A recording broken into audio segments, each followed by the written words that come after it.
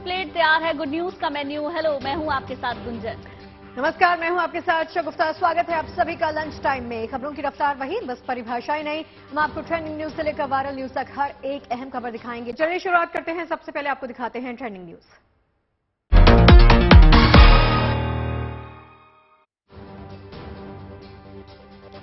दिल्ली के बाद मथुरा आगरा में यमुना का सैलाब, लेकिन पानी घटने से बड़ी राहत की उम्मीद। मुंबई पर चढ़ा मानसून का रंग, ऑरेंज अलर्ट जारी। महाराष्ट्र, कोंकण, गोवा, गुजरात समेत कई इलाकों में अगले 3 से 5 दिन भारी बारिश का अलर्ट। जम्मू कश्मीर में घुसपैठ की बड़ी साजिश नाकाम, नियंत्रण रेखा के पास 2 आतंकवादी थे। मिशन 2024 के आगाज में ही विपक्ष को झटका, गठबंधन का नाम इंडिया रखने से नीतीश कुमार के नाराज होने की खबर।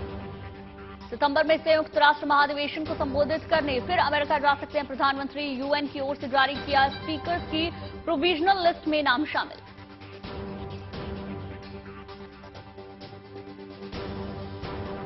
दिल्ली में देखिए, रिकॉर्ड तोड़ उफान के बाद यमुना यूपी पहुंच चुकी है।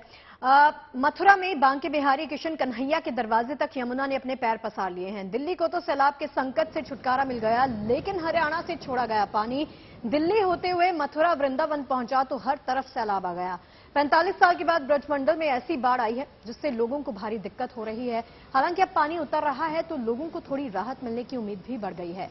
उधर उत्तराखंड के श्रीनगर बांध से छोड़े गए पानी के बाद धर्मनगरी, हरिद्वार और ऋषिकेश में गंगा उफनाई हुई है। यहां के ज्यादातर इलाकों में हालात बाढ़ जैसे ही बन गए हैं। तो 3 तस्वीरें आपके सामने हैं।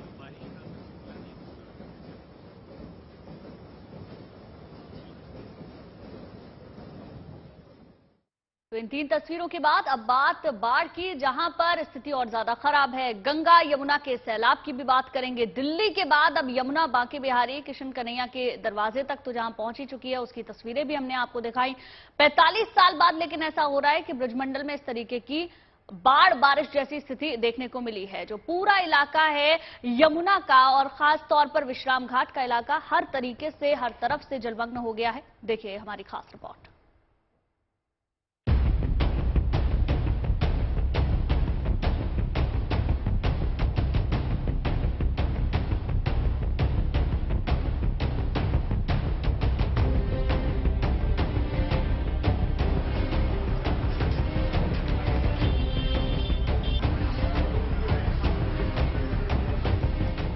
चारों तरफ पानी ही पानी,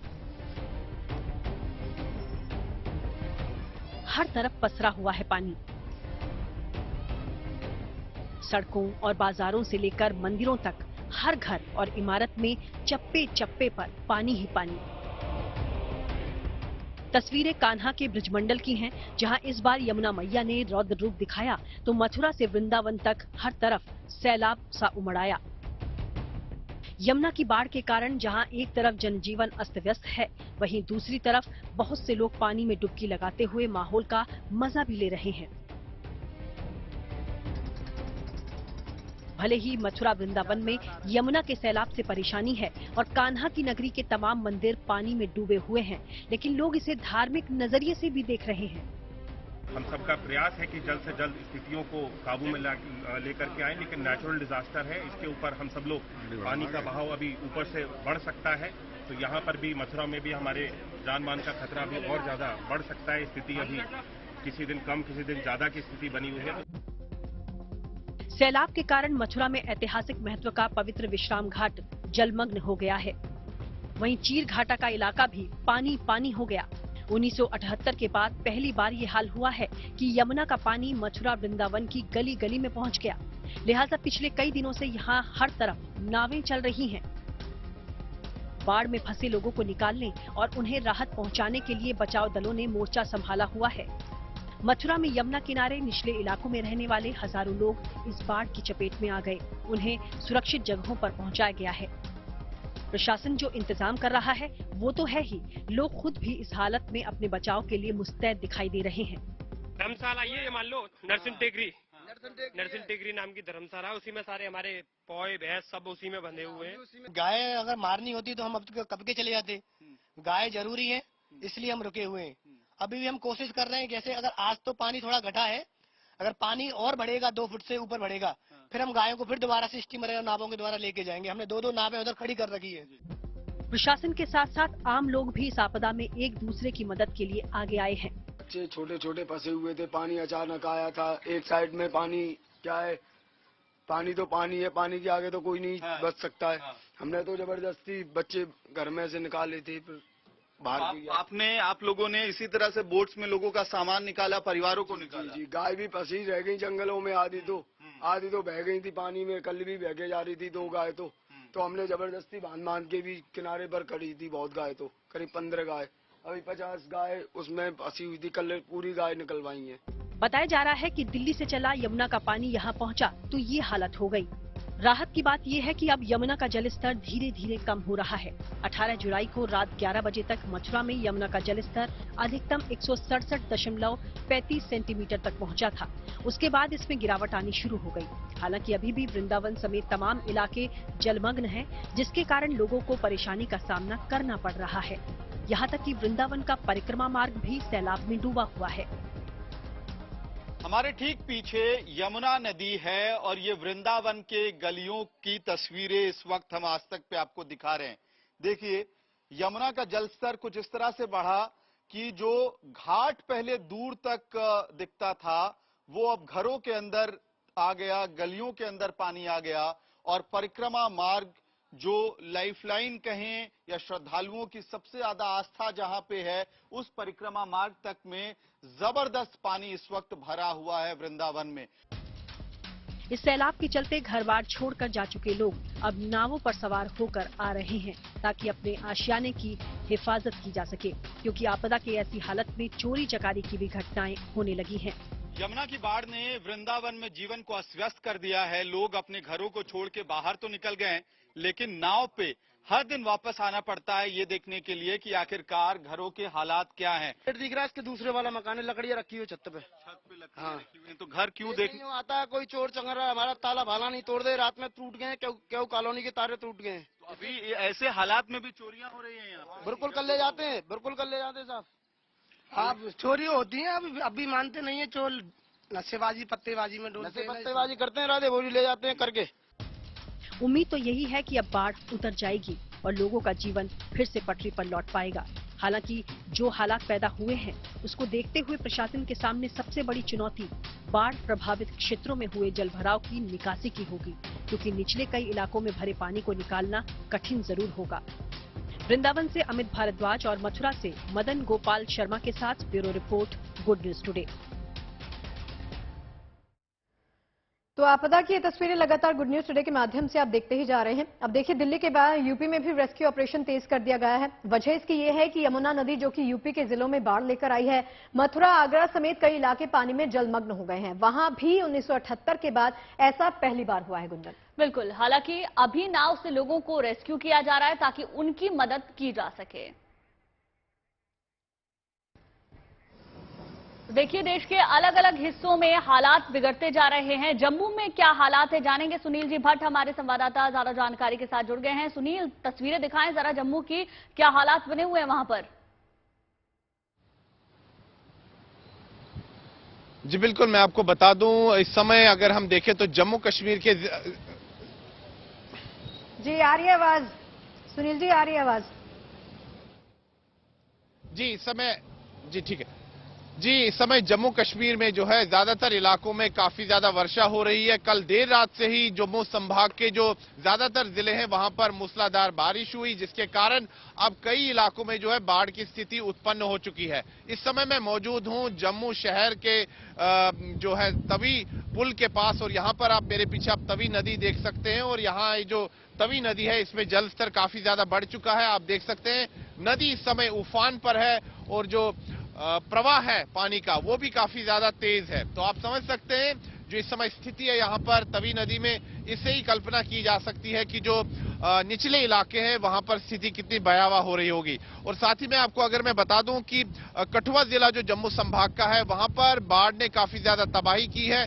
जो अभी समाचार आया है उसके अनुसार ये जानकारी मिली है कि 4 लोगों ने अपनी दुर्भाग्य से बाढ़ के कारण जान गंवा दी है। दरअसल वो 4 लोग जिन मकानों में रह रहे थे वो कच्चे मकान थे बनी इलाके में, और बाढ़ के पानी के कारण वो मकान ढह गए और उसके कारण 4 लोगों ने अपनी जान गंवा दी। जो अभी जानकारी आ रही है कि 2 लोग अभी भी लापता है, उनकी तलाश जारी है। फिलहाल यहाँ पर प्रशासन की अगर बात करें तो प्रशासन ने हिदायत दी है लोगों को कि वो नदी नालों के पास ना जाए, क्योंकि इस समय स्थिति काफी भयावह हो रही है। और अगर हम बात करें सड़कों की तो जम्मू श्रीनगर राष्ट्रीय राजमार्ग बंद कर दिया गया है, क्योंकि रामबन जिले में भूस्खलन हुआ है। जम्मू पुंछ राजमार्ग भी बंद कर दिया गया है, क्योंकि कई स्थानों पर वहां पर बाढ़ जैसी स्थिति उत्पन्न हो गई है और वहां पर भी भूस्खलन हुआ है। जी सुनील जी बहुत ही दुर्भाग्यपूर्ण तस्वीरें हम सबके सामने आ रही हैं। जी सुनील जी, मुझे ये बताइए, आप कह रहे हैं कि आप तवी नदी के पास मौजूद हैं, तो इसके पास जो तमाम रिहायशी इलाके हैं, क्या उनको खाली करवा लिया गया है? फिलहाल किसी प्रकार का अलर्ट लोगों तक पहुंचाया गया है कि आप अलर्ट रहिए, आप घरों में ही रहिए, घरों से बाहर मत निकलिए, या फिर निचले इलाके जो जहां पर पानी पहुंचने का सबसे ज्यादा संकट मंडराता है, उन इलाकों को खाली करवा दिया गया है? जी बिल्कुल, मैं आपको बता दूं कि जो निचले इलाके हैं वहां पर हिदायत भेजी गई है, लोगों को कहा गया है कि वो सतर्क रहे, क्योंकि बाढ़ जैसी स्थिति जो है उत्पन्न हो रही है। और जैसे कि मेरे पीछे आप तस्वीरें देख सकते हैं, यहाँ पर जल स्तर जो है काफी बढ़ चुका है। आप यहाँ पर नदी की तरफ नजर डालिए, ये जो तवी नदी है, मेरे कैमरा पर्सन आपको तस्वीरें लगातार दिखा रहे हैं, नदी उफान पर है और इसका जल स्तर लगातार बढ़ ही रहा है और जल प्रवाह जो है वो भी काफी ज्यादा तेज है। तो निचले इलाकों में काफी ज्यादा जो है चिंता है, क्योंकि जैसे ही कभी नदी में बाढ़ आती है, नदी में पानी बढ़ जाता है, तो जो निचले इलाके में जो लोग रहते हैं उनको काफी जो है समस्या उठानी पड़ती है। फिलहाल यहाँ पर प्रशासन जो पूरी तरह से मुस्तैद है, सतर्क है, लोगों को हिदायतें लगातार जारी की जा रही है। और जैसे कि मैंने कहा कि कठुआ जिला जो है काफी ज्यादा प्रभावित है बाढ़ के कारण। जम्मू पठानकोट राजमार्ग को भी बंद कर दिया गया है, क्योंकि चटवाल के पास जो पुल है, एक नाले के ऊपर पुल है, उस पुल में दरारें आ चुकी है और वो यातायात के लिए अब ठीक नहीं है। तो लोगों को काफी समस्या हो रही है, जो लोग गाड़ियों में जा रहे हैं उनको भी काफी दिक्कतों का सामना करना बिल्कुल सुनील जी, एहतियात बरतने की बहुत ज्यादा जरूरत है, क्योंकि वहां से जो तस्वीरें सामने आ रही हैं वो वाकई डराने वाली हैं। बहुत बहुत शुक्रिया आपका पूरी जानकारी के लिए। चलिए अब आगे बढ़ेंगे। दिल्ली के बाद अब यूपी में रेस्क्यू ऑपरेशन तेज कर दिया गया है। वजह है यमुना नदी, जो यूपी के जिलों में बाढ़ ले आई है। मथुरा, आगरा समेत कई इलाके पानी में जलमग्न हो गए हैं। वहां भी 1978 के बाद ऐसा पहली बार हुआ है। हालांकि अभी नाव से लोगों को रेस्क्यू किया जा रहा है ताकि उनकी मदद की जा सके।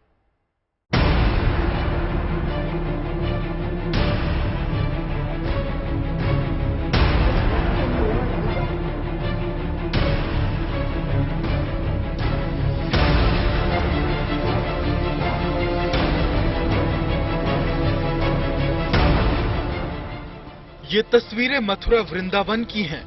हर तरफ पानी ही पानी।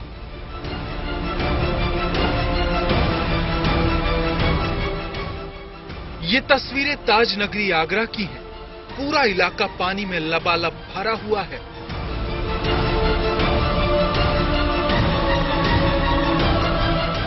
सामने ताजमहल है, लेकिन उसकी दीवारों को भी यमुना नदी का पानी छूने लगा है। हालांकि अभी पानी ताजमहल के अंदर नहीं गया है। मेरे ठीक पीछे आप ताज कॉम्प्लेक्स देखेंगे। स्थानीय लोग बता रहे हैं कि कई फीट पानी का इजाफा ताजमहल के कॉम्प्लेक्स के आसपास हुआ है।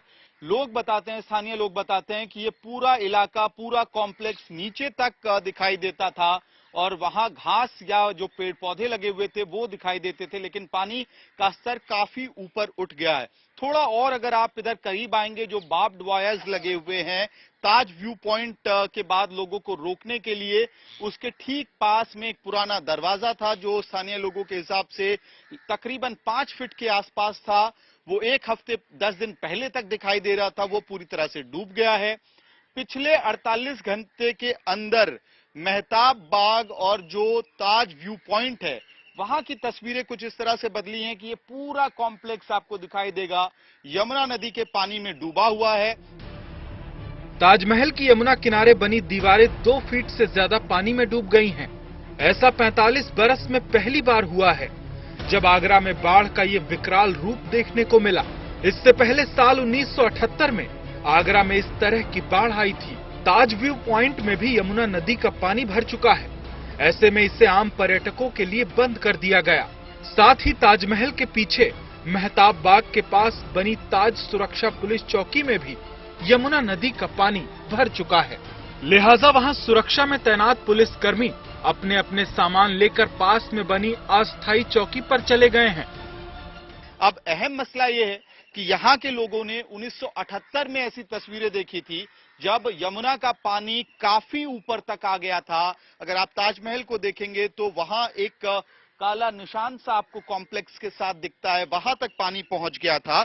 लेकिन फिलहाल जो बाढ़ का खतरा है वो आगरा के कई सारे इलाकों पर मंडरा रहा है। आप लोगों ने ताजमहल का जो स्ट्रक्चर है, कॉम्प्लेक्स है, उसमें कितनी तब्दीली पिछले 48 घंटों में? 48 घंटे में करीब 4 फुट 5 फुट पानी का लगभग हुआ है। जैसे ताज व्यू पॉइंट चल रहा था 2-3 दिन पहले, मेहताब बाग चल रहा था, सरकार के आदेश के अनुसार कल बंद कर दिया गया है। और जैसे हम कचपरा स्थानीय रहने वाले हैं तो यहाँ एक गेट है, जो पुराना गेट था वो करीब 5 फुट गहरा था, वो भी डूब चुका है, उससे ऊपर पानी बह रहा है। ये 48 घंटे के अंदर हुआ है। जैसे कुछ नाले देखे जाए तो पीछे नाले के रास्ते, कुछ खेतों के रास्ते कचपरा के लोगों को डर सता रहा है कि कहीं बाढ़ का खतरा बढ़ रहा है। बाढ़ के पानी से ताजमहल अब तक इसलिए महफूज है क्योंकि बताया जाता है कि ताजमहल का जो डिजाइन है वो इस तरीके से बनाया गया है कि उसके अंदर पानी आने की संभावना काफी कम होती है। इसके सबसे निचले हिस्से में साल की लकड़ी का इस्तेमाल किया गया है जो पानी में रहने पर और मजबूत होती है और बरसों तक बनी रहती है। यदि हम जब ताजमहल को आप प्रवेश करके देखते हैं तो आपको बैकग्राउंड में कहीं नदी नजर नहीं आती है। नदी को देखने के लिए हमें प्लेटफॉर्म के ऊपर चढ़ना होता है। तो चूंकि उसका एक ऊंचे प्लेटफॉर्म पे बनाया है तो पानी का लेवल बढ़ने पे भी वो पानी उस दीवार को टच करके बह सकता है, लेकिन अंदर नहीं आ पाएगा क्योंकि पीछे काफी ऊंची दीवार है। तो ये कंस्ट्रक्शन के समय आप कहें या आर्किटेक्चर का पार्ट कहें, उसको एक ऊंचे प्लेटफॉर्म पे ही बनाया गया ताकि उसकी भव्यता उससे निखर के भी आती है। फिलहाल सभी को इंतजार यमुना नदी के जलस्तर के कम होने का है, जैसा दिल्ली में हुआ, ताकि खतरा कम हो और जिंदगी फिर पटरी पर लौट सके। आगरा से अरविंद शर्मा और अमित भारद्वाज के साथ bureau report, good news today. और चलिए इस वक्त की अहम खबर का रुख कर लेते हैं। सीमा हैदर को लेकर जो सस्पेंस लगातार बना हुआ है उसी से जुड़ी हुई ये बड़ी खबर आई है। सीमा निर्दोष है या फिर दोषी है, प्रेम में सिर्फ दीवानी है या आईएसआई एजेंट है, इस पर अभी तक कुछ साफ नहीं हो पाया है। सीमा हैदर मामले में एक बड़ा खुलासा भी हुआ है। सीमा हैदर से एटीएस की पूछताछ जो है वो लगातार जारी है।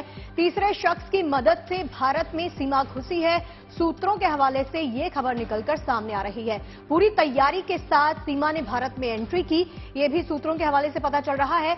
सीमा से एक अज्ञात जगह पर मंगलवार से ही पूछताछ भी चल रही है। अभी भी आ रही रिपोर्ट्स के मुताबिक जांच एजेंसियों को अहम जानकारी मिली है कि सुरक्षा एजेंसियों को चकमा देने की कोशिश भी कर रही थी सीमा हैदर।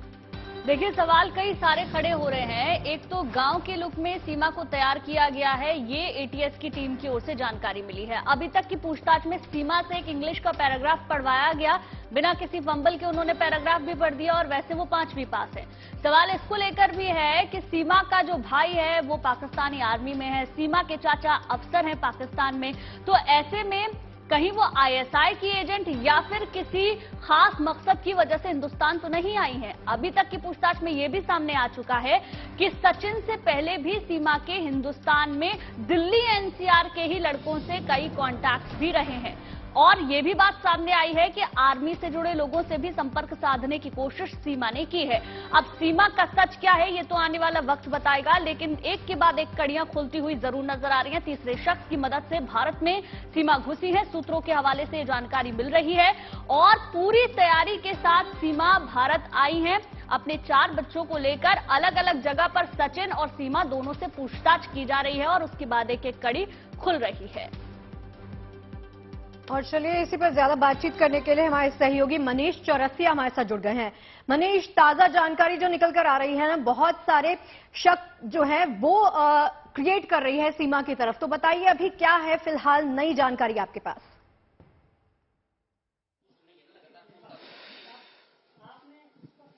देखिए, बहुत सारी जानकारियां मिली हैं और वो जानकारियां ऐसी हैं जो एटीएस के शक को गहरा करने का काम कर रही हैं।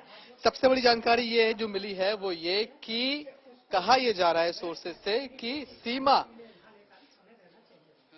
कहा यह जा रहा है कि सीमा वहां से जब सीमा पार कर रही थी नेपाल बॉर्डर से, तो वो अकेले नहीं थी, कोई और भी था जिसने उनकी इस बॉर्डर को पार करने में मदद की थी। आखिर वो तीसरा आदमी कौन था? इस तीसरे आदमी की एंट्री हुई है इस पूरी थ्योरी में, इस पूरी जांच में। अब जांच इस बात पर है कि वो तीसरा आदमी कौन था।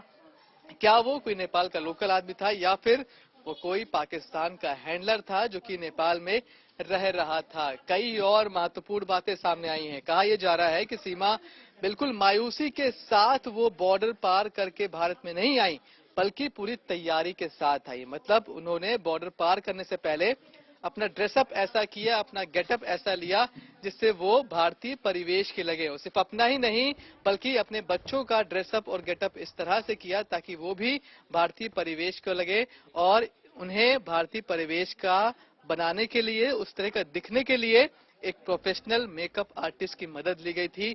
अब ये मेकअप आर्टिस्ट कौन था? तीसरा सवाल, कहा यह जा रहा है कि जिस तरह से सीमा ने भारत में एंट्री की है। ठीक है मनीष लौटेंगे आपके साथ। जितेंद्र बहादुर सिंह हमारे संवाददाता हैं, वरिष्ठ संवाददाता हमारे साथ जुड़ गए हैं, उनसे थोड़ा सा इस एंगल को समझने की कोशिश करते हैं। सुनील जी थोड़ा सा इस जितेंद्र जी हमारे साथ बने हुए हैं। जितेंद्र जी, एक के बाद एक जो पहलू सीमा के मामले में खुलते जा रहे हैं। पहले वो सिर्फ प्यार की बात कह रही थी, प्यार वो भी पबजी से, वो भी 3 सरहदों को तोड़कर लोगों से उतनी ही सहजता से समझ रहे थे। लेकिन सीमा को लेकर जो बहुत सारी बातें हैं जो अलग अलग तरीके से सामने आई हैं, पाकिस्तानी आर्मी में परिवार वालों का होना, इंग्लिश ना जानते हुए भी इतनी बढ़िया इंग्लिश बोल लेना, इसके साथ साथ और भी कई सारे खुलासे हुए। अब ये तीसरे शख्स की एंट्री भी हो गई है, तो ये जो पूरा मामला है किस तरफ आपको जाता हुआ दिख रहा है? देखिए, इसी बात की तफ्तीश इस वक्त जांच एजेंसियां कर रही हैं, चाहे वो सेंट्रल एजेंसी हो या फिर उत्तर प्रदेश की एटीएस। जिस तरीके से लगातार सीमा हैदर के जो बयान आ रहे हैं और जो उसकी एक्टिविटी है उस पर नजर तो रखी जा रही है। साथ ही ये पता चला है सूत्रों के हवाले से कि सीमा हैदर को जब वो नेपाल में मौजूद थी, नेपाल में लगातार आपने देखा कि उसके जो वीडियोस आ रहे थे नेपाल से, वो वैसे वीडियोस लगातार उसकी तरफ से बनाया जा रहा था जैसे कोई प्रोफेशनल हो। और इन तमाम चीजों की जब छानबीन की गई तो उसके बाद ये पता चला कि कोई तीसरा शख्स जो है वो सीमा हैदर की मदद कर रहा है। अब कौन है वो, इसकी तफ्तीश इस वक्त जांच एजेंसियां कर रही हैं। क्या नेपाल से भारत के अंदर आने के लिए उसको जो ह्यूमन ट्रैफिकिंग से जुड़े हुए लोग हैं उन लोगों ने मदद किया? क्या जो जब नेपाल में वो मौजूद थी तो उसको उन बॉर्डर्स की पूरी जानकारी दी जहां से बहुत ज्यादा जो हमारी सशस्त्र सीमा बल है एसएसबी वो छानबीन नहीं करती है? इन तमाम चीजों की बातचीत की जा रही है और इस पर नजर रखी जा रही है कि आखिर सीमा हैदर इस पर बयान किस तरीके की देती है। उसने जो बताया था कि वो 13 मई को, सचिन और सीमा हैदर ने बताया था कि 13 मई को वो नेपाल से भारत आए हैं। तो उसने जो जानकारी दी उसके आधार पर एसएसबी जो सीसीटीवी कैमरे उन रूट्स पर लगे हुए हैं उसकी छानबीन इस वक्त कर रही है। और इसके बारे में ये पता किया जा रहा है कि आखिर सीमा हैदर जो बयान दे रही है उसमें जो टेक्निकल एविडेंस है उसमें किस तरीके से मिलान हो रहा है, तो इसकी छानबीन की जा रही है और आगे आने वाले दिनों में कई बड़े खुलासे इस बात को लेकर। जी चलिए जितेंद्र, बहुत बहुत शुक्रिया आपका इस पूरी डिटेल के लिए। तो इंटेरोगेशन तो लगातार चल ही रही है, हर एंगल से इस मामले को खंगाल कर देखा जा रहा है। मनीष चौरसिया का वापस रुख कर लेते हैं। मनीष, आप काफी दिन से वहां पर लगातार इस पूरे मामले को ट्रैक करते आ रहे हैं, अब ये बताइए कितने दिन हो गए हैं, तो वहां पर गांव में अभी आपको दिख रहा है कि किसी प्रकार का माहौल, किसी प्रकार का रवैया जो है लोगों का चेंज हो रहा है क्या इस पूरे मामले को लेकर?